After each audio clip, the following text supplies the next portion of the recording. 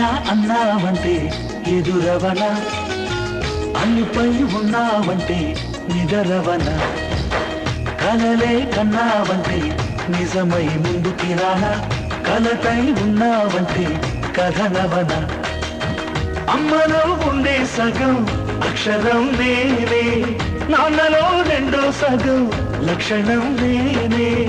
అమ్మ తోడు నాన్న తోడు అన్నీ నీకు అన్నే చూడు, చెల్లిపోని బంధం నేనమ్మా చిటి చెల్లెమ్మా, వెళ్ళిపోని చుట్టం నేనమ్మా. అన్నలోని ప్రాణం నువ్వమ్మా చిటి చెల్లెమ్మా, ప్రాణమైన చెల్లిస్తానమ్మా.